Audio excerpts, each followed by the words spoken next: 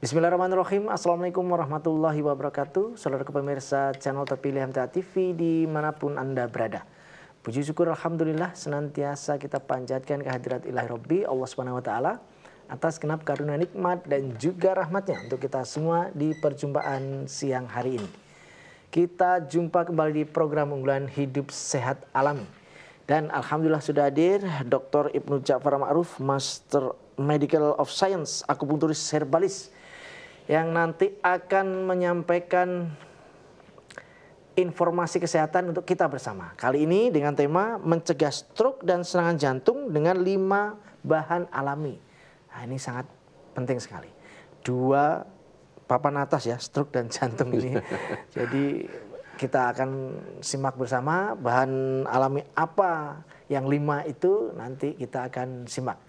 Assalamualaikum warahmatullahi wabarakatuh. Waalaikumsalam warahmatullahi wabarakatuh. Kabar baik dan sehat? Insya Allah sehat dan terus semangat. Tetap semangat ya. Baik.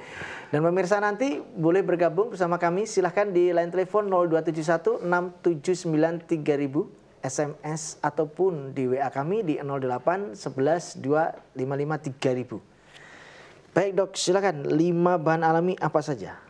Baik. Bismillahirrahmanirrahim. Assalamualaikum warahmatullahi wabarakatuh.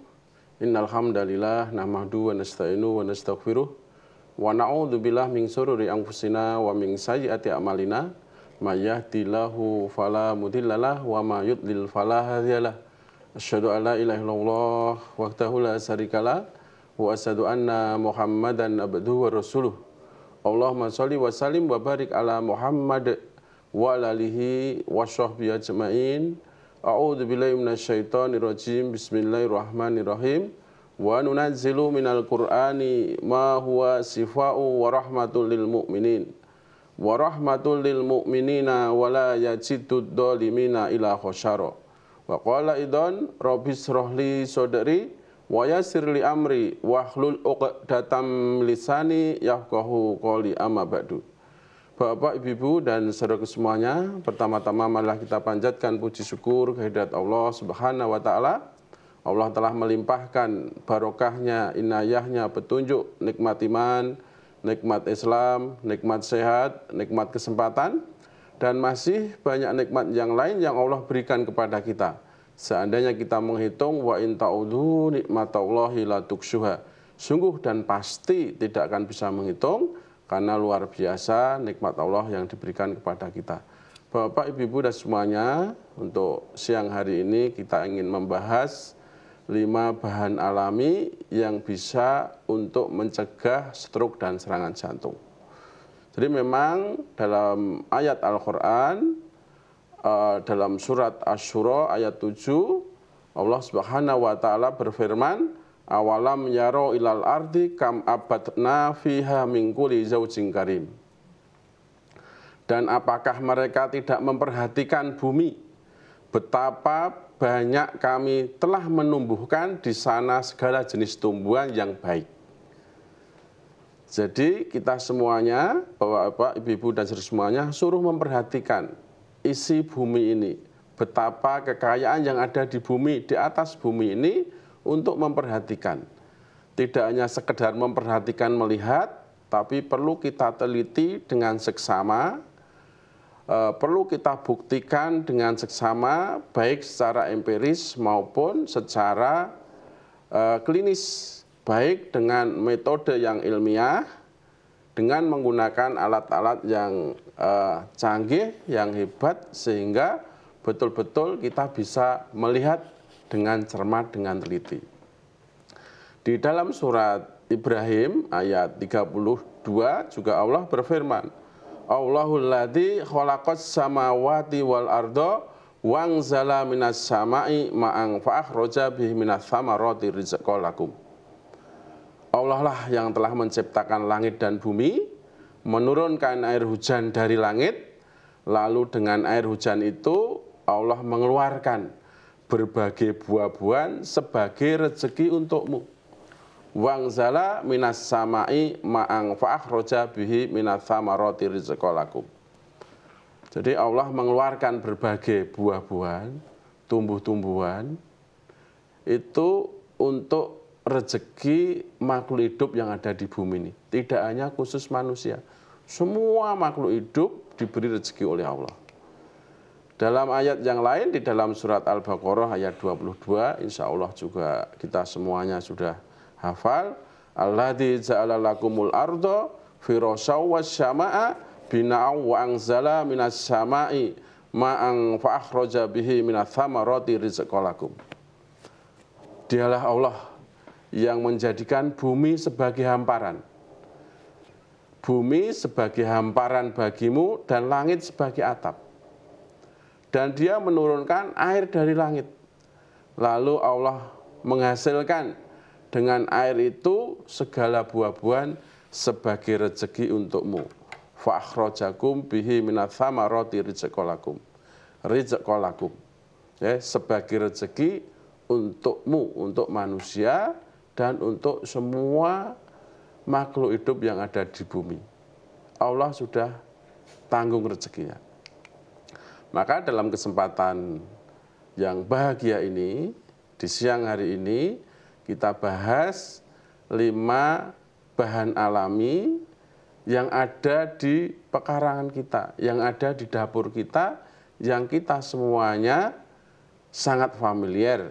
5 bahan alami itu insya Allah kalau kita pergunakan dengan rutin, dengan istiqomah, dengan disiplin, insya Allah bisa mencegah stroke dan serangan jantung. Jadi mencegah itu lebih baik, mencegah itu lebih utama, mencegah itu lebih mudah daripada mengobati. Al-wiqayatu khairu minal ilaj. 5 bahan alami itu apa saja? Yang pertama adalah bawang putih. Ya. Bawang putih ini kandungan alin, ya, alin begitu kita makan menjadi alisin, dan di situ juga ada sistein, dan di bawang putih itu juga ada mineral, juga ada vitamin. Vitaminnya biasanya vitamin C, vitamin K, vitamin B, vitamin E, dan mineralnya yang paling banyak adalah kalium. Nah, mineral, vitamin, kemudian senyawa, alisin, sistein, ini pada prinsipnya itu bisa untuk membebaskan kolesterol, juga bisa untuk menormalkan tensi.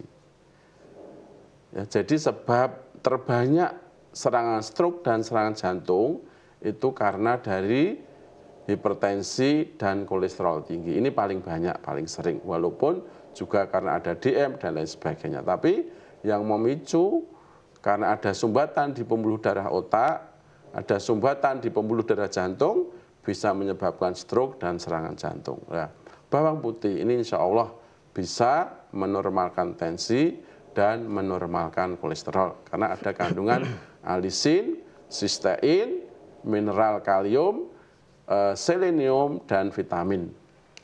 Kemudian yang kedua, yang tidak asing lagi, ya, yang kedua adalah kunyit. Ya, kunyit. Kunyit ini mengandung senyawa yang namanya kurkumin.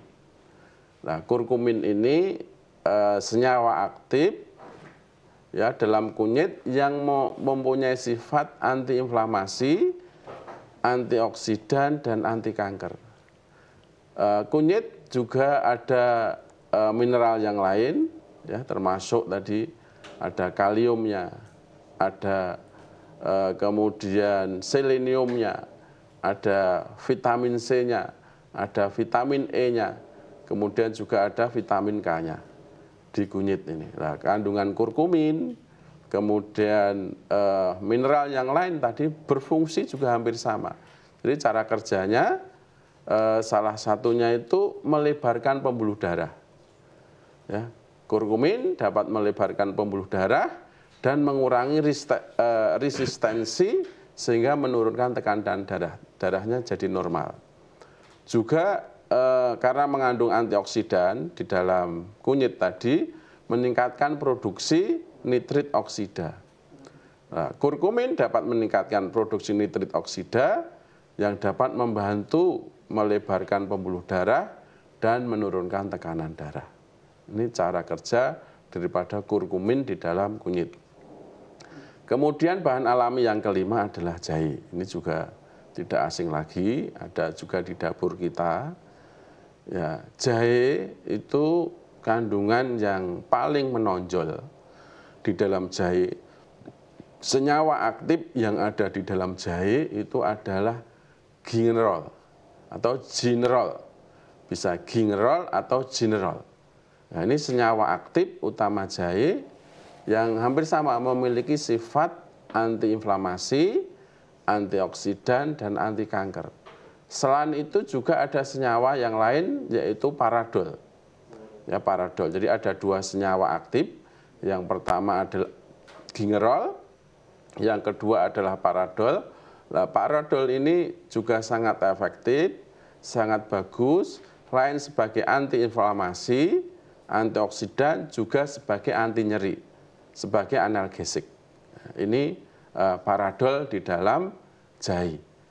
Kemudian juga ada mineral, kalium, kemudian selenium, kemudian juga ada vitamin, vitamin C, vitamin B, vitamin K, dan vitamin E yang dominan di dalam jahe. Cara kerjanya hampir sama, jadi menghambat sintesis kolesterol. Jahe dapat menghambat enzim yang terlibat dalam sintesis kolesterol di hati, meningkatkan ekspresi reseptor LDL. Jadi LDL ini salah satu kolesterol jahat. Jahe dapat meningkatkan ekspresi reseptor LDL di permukaan sel hati, sehingga meningkatkan pengambilan LDL atau kolesterol dalam darah, kolesterol jahat dalam darah. Juga mengurangi oksidasi LDL. Jahe memiliki sifat antioksidan yang dapat mengurangi oksidasi LDL sehingga mengurangi risiko pembentukan plak di arteri. Karena tidak teroksidasi, ya, sehingga pembentukan plak atau aterosklerosis, ya, arteriosklerosis, proses penumpukan atau pembentukan plak di dalam pembuluh darah itu bisa dikurangi, ya, bisa dikurangi, bahkan bisa dibebaskan. Baik itu di pembuluh darah arteri korona, di pembuluh darah jantung maupun di pembuluh darah otak. Dengan mengurangi oksidasi LDL, jahe ini sangat bagus. Kemudian yang keempat yang juga tidak asing lagi, 5 bahan alami, yang keempat adalah daun salam. Daun salam ini senyawa aktifnya yang sangat populer, yang sangat menonjol adalah eugenol dan juga lenalol. Ya, eugenol itu senyawa yang memiliki antiinflamasi, kemudian antioksidan dan antibakteri. Nah, linalol ini senyawa juga memiliki hampir sama, antiinflamasi, antioksidan, dan antibakteri. Nah, ini semuanya hampir sama cara kerjanya, menghambat sintesis kolesterol, meningkatkan ekspresi reseptor LDL, juga mengurangi oksidasi LDL. Artinya karena di situ tidak terjadi oksidasi di dalam pembuluh darah, misalnya ada lemak yang kita makan, ya, lemak jahat terutama yang kita makan, di situ karena ada kandungan salah satu senyawa dari eugenol dan senyawa yang lain, termasuk ada kalium di situ, maka tidak terjadi oksidasi, tidak terjadi proses penumpuan lemak yang ada di pembuluh darah, sehingga pembuluh darahnya jadi lancar karena tidak ada plak. Kalau misalnya kita umpamakan peralon, ya, peralon itu tidak ada sumbatan, sehingga air itu mengalir dengan lancar, dengan deras. Tapi kalau peralon itu ada sumbatan, ya, berupa mungkin kotoran, sampah dan lain sebagainya, menghambat, terjadi bendungan, sehingga di ujung sana tidak akan mendapat air, tidak akan mendapat suplai air yang bersih. Begitu pula di dalam otak kita, di dalam jantung kita. Kalau suplai oksigennya, suplai nutrisinya, suplai mineralnya kurang, sehingga sel di dalam otot itu juga akan berkurang sehingga mengalami perburukan. Kemudian yang kelima, Bapak-bapak, Ibu-ibu dan saudara semuanya, alami yang kelima yang insya Allah bisa mencegah terjadinya serangan stroke dan serangan jantung. Yang kelima adalah seledri. Ya, seledri ini kan juga tidak asing lagi kita, sangat familiar ya seledri ini. Senyawa aktif yang menonjol di dalam seledri itu apiin atau apigenin. Ya. Nah, ini sebagai flavonoid, sebagai antioksidan yang kuat, sebagai antiinflamasi, juga sebagai bahkan juga sebagai anti kanker, ya. Antiinflamasi, antioksidan, dan anti kanker. Seledri. Di situ juga mengandung senyawa, ya, senyawanya biasanya juga ada kalium, ada selenium, kemudian ada minyak atsiri. Nah, minyak atsiri ini juga salah satunya berfungsi sebagai antibakteri, anti jamur, ya, minyak ini. Kemudian mengandung vitamin A, vitamin K, mineral kalium, dan folat. Nah, folat ini juga bagus untuk meningkatkan kecerdasan, ya, asam folat ini untuk meningkatkan kecerdasan sehingga tidak mudah pikun. Jadi ini Bapak-bapak, Ibu-ibu dan semuanya 5 bahan alami, mari kita budayakan ada di dapur rumah kita masing-masing.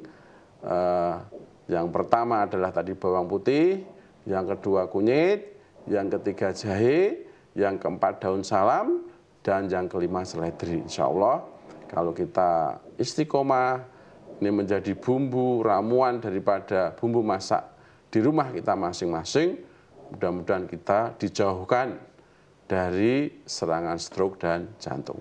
Itu Pak Tommy sebagai mukadimah. Baik pemirsa, itu tadi kita sudah dapatkan materi untuk kita kali ini. Silahkan Anda bisa bergabung di 02716793000 SMS ataupun di WA kami di 08112553000. Namun sebelumnya kita akan simak beberapa informasi dalam rangkaian jeda pariwara berikut ini.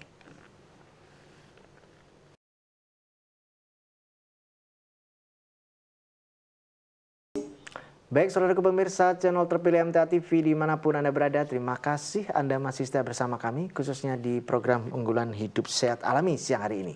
Kami persilakan di line telepon terlebih dahulu di 6793000. Halo, Assalamualaikum. Halo, Assalamualaikum. Halo, Assalamualaikum. Waalaikumsalam warahmatullahi wabarakatuh. Ya, silakan Bu Sri. Terima kasih. Assalamualaikum warahmatullahi wabarakatuh, Dok. Waalaikumsalam warahmatullahi wabarakatuh. Silakan Bu Sri yang ada di Pacitan.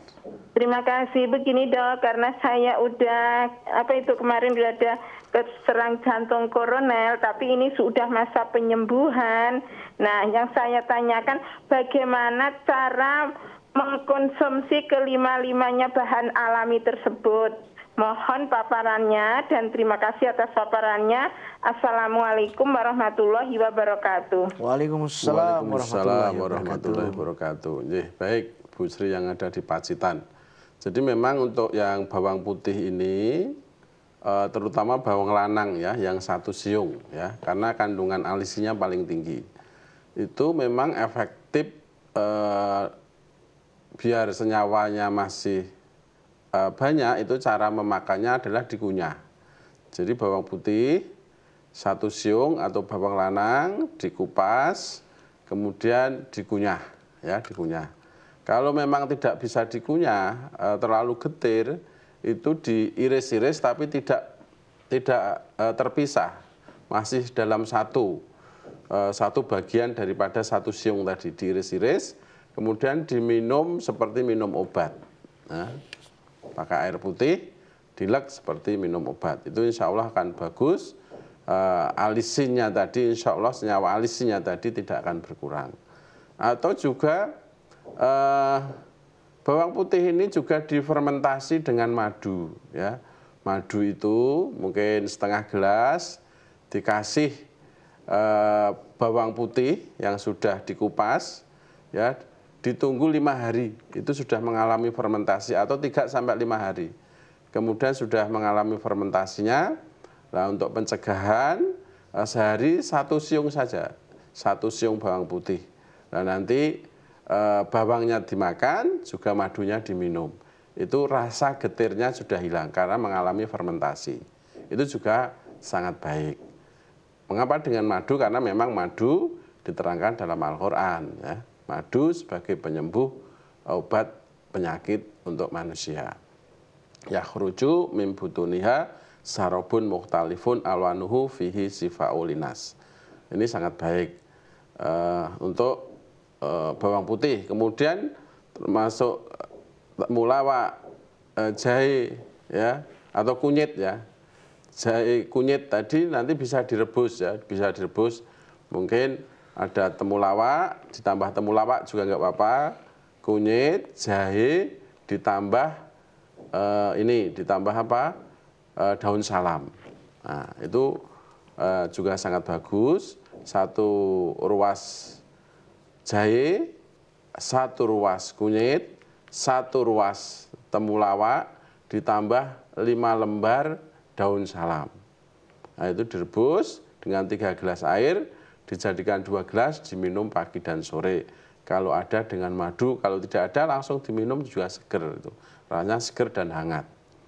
Nah, seperti itu. Kalau untuk seledri bisa untuk lalapan. Seledri untuk lalapan juga bagus.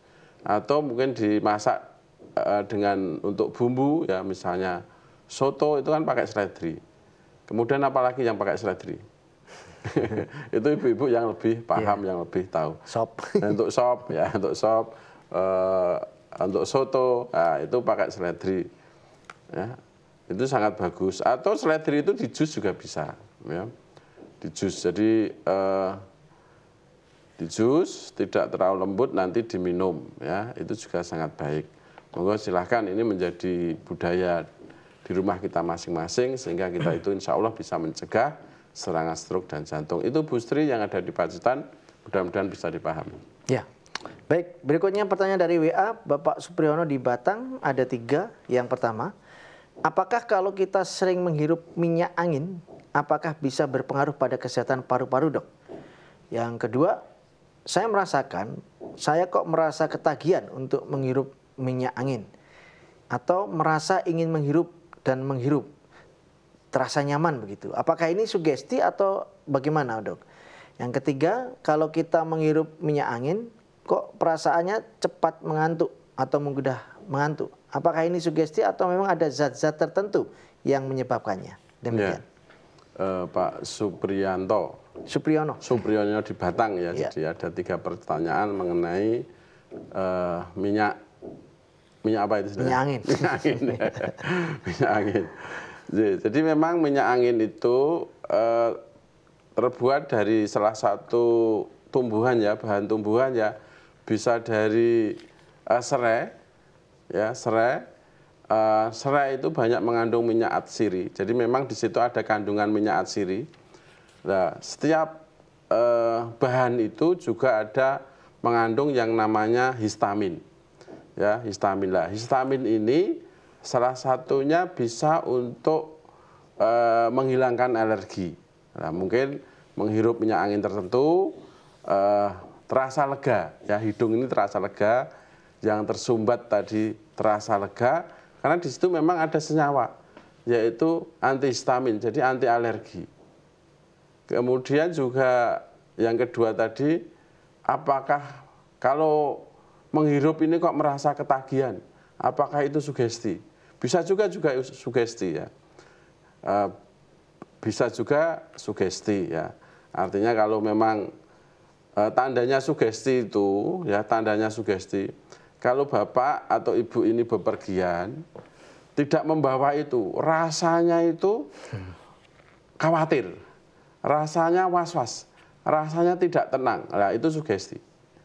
Nah, itu sugesti. Nah, maka bisa juga menyebabkan sugesti karena mungkin sudah memakai cukup lama, bertahun-tahun, kemana-mana pakai minyak angin, ya bukan minyak wangi ya, minyak angin kemana-mana. Kalau tidak itu rasa gelisah, rasa was-was, khawatir, cemas ya itu berarti memang ketagihan tadi. Kemudian yang pertanyaan yang ketiga, habis menghirup minyak angin terasa ngantuk, ya semua antihistamin ya itu menyebabkan ngantuk, yang menyebabkan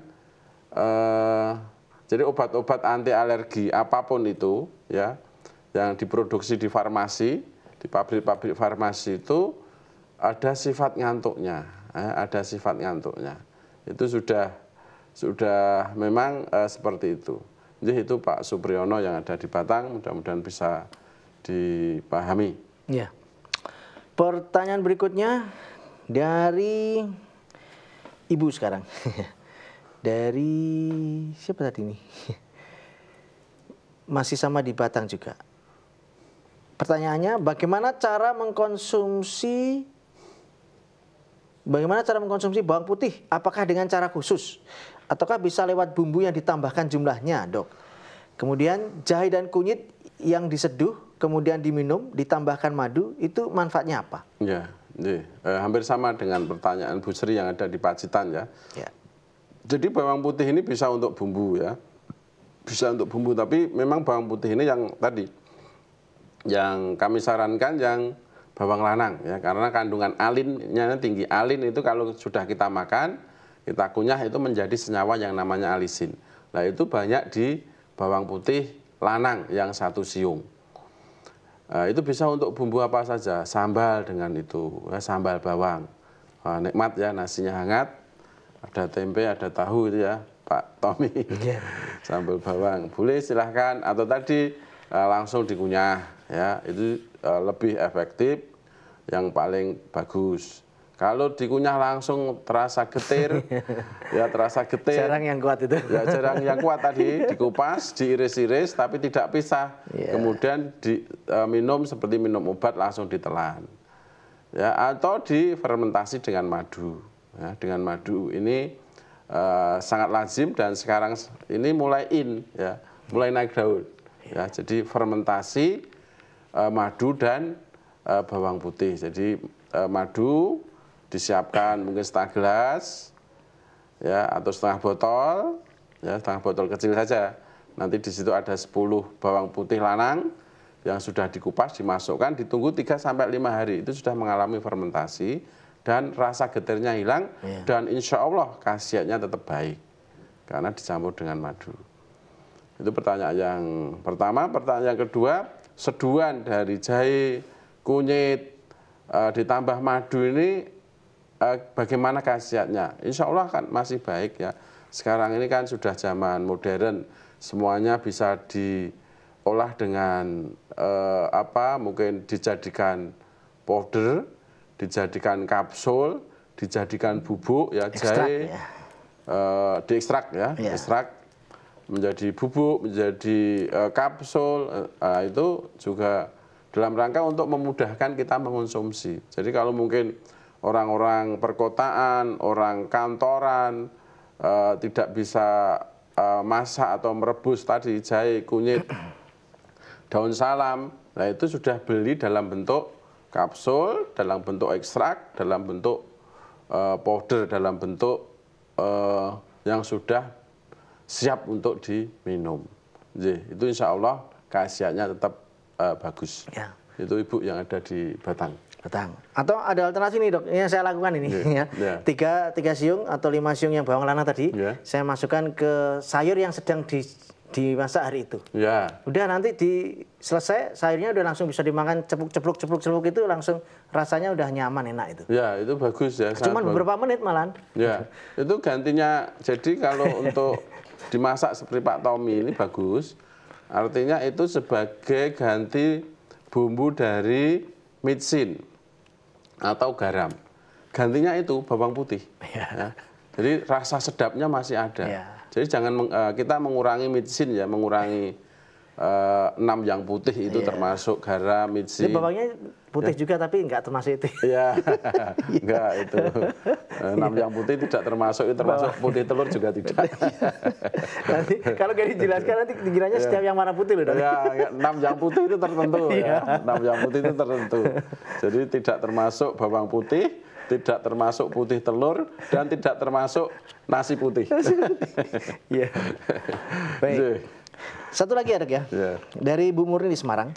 Vitamin yang baik untuk anak usia SMP, Dok, agar daya ingatnya terjaga dan bagus, itu apa? Ya, jadi vitamin-vitamin yang mengandung asam folat ya tentunya. Ya, asam folat itu salah satunya bisa merangsang produksi neuron di dalam sel otak.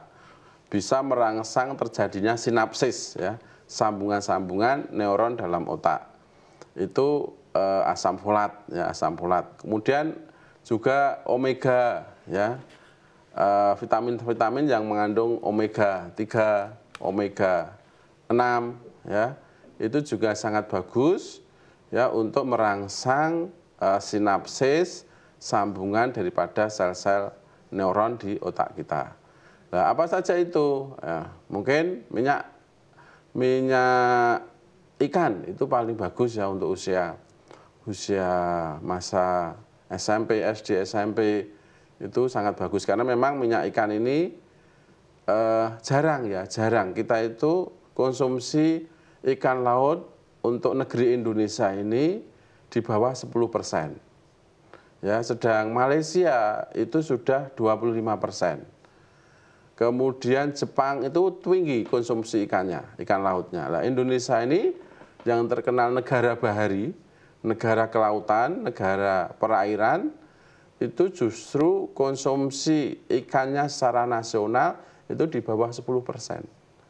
Nah, maka dengan adanya minyak ikan tadi itu sangat membantu ya, sangat membantu untuk kecukupan gizi yang dihasilkan dari laut atau seafood ya.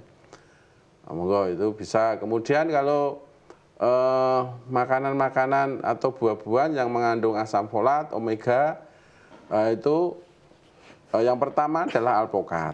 Ya, alpukat itu omeganya tinggi, asam folatnya tinggi.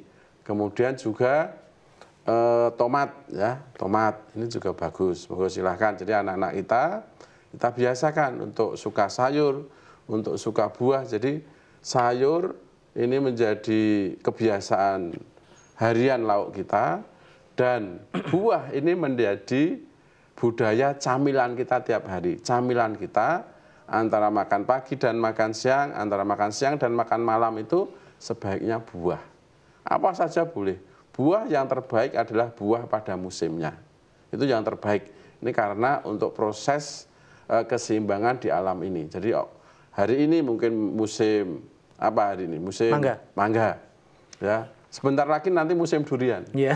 Sebentar lagi musim rambutan AC. Yeah. Nah, itu dalam rangka untuk keseimbangan, kecukupan gizi makhluk hidup yang ada di bumi. Ini sangat baik. Kemarin sudah musim nangka, ya, musim nangka sudah lewat.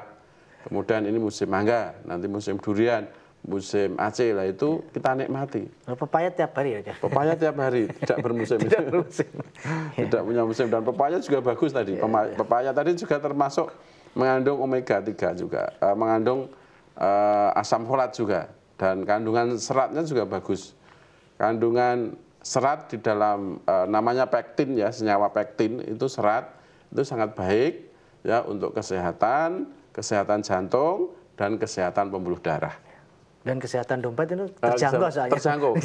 Terjangkau. Makan pepaya sama bijinya lebih baik bagus, gitu. Untuk membantu pencernaan, untuk juga membantu sistem pencernaan, flora di dalam usus itu akan bekerja dengan baik.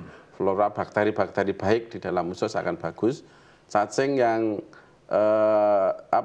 sebagai parasit itu akan mati dengan biji daripada pepaya. Iya. Kalau kuat dikunyah, kalau nggak kuat ditelan. Iya, ditelan. Dan itu tidak usah khawatir, tidak apa-apa itu. Itu sudah saya praktekkan 4 tahun. Ya. Kan ada yang khawatir itu. Ya. Termasuk apa saja, misalnya apel juga dengan bijinya, makan dengan bijinya, anggur dengan bijinya, manggis dengan bijinya. Ya, tapi kalau makan salak jangan dengan bijinya. Atau saus jangan dengan bijinya. Iya, betul. Itu Pak Tommy. Ya, baik Dok, sekiranya sudah di penghujung perjumpaan kali ini. Terima kasih. Nanti kita akan lanjutkan insya Allah di kesempatan mendatang. Assalamualaikum warahmatullahi wabarakatuh. Waalaikumsalam warahmatullahi wabarakatuh. Baik, saudaraku pemirsa channel terpilih MTA TV dimanapun Anda berada, demikian tadi telah kita simak dan ikuti bersama program unggulan Hidup Sehat Alami. Kita jumpa kembali di kesempatan mendatang. Saya Taman Fatoni pamit undur. Assalamualaikum warahmatullahi wabarakatuh.